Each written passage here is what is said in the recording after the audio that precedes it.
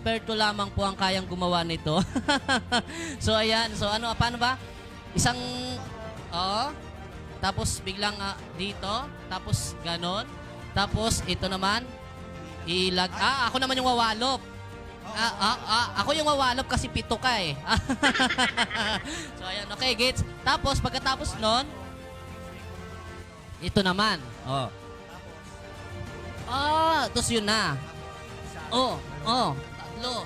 Okay, okay. Ang galing ng ano, no? Pero sa totoo lang, mamaya, masasaktan din ako. So, okay. Okay, game na. Okay, sige, sige. 1, 2, 3, go. Lipat mo na yung, ano, mic. Tapos, tapos, ito pa.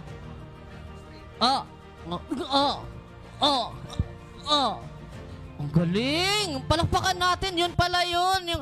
Ito nga yung sinasabi natin, no? Galing talagang stuntman. So, ibig sabihin, hindi ka lang stuntman ka pa. May iba ka bang talent maliban doon? Di ba ginagaya mo si Jerry Crabal?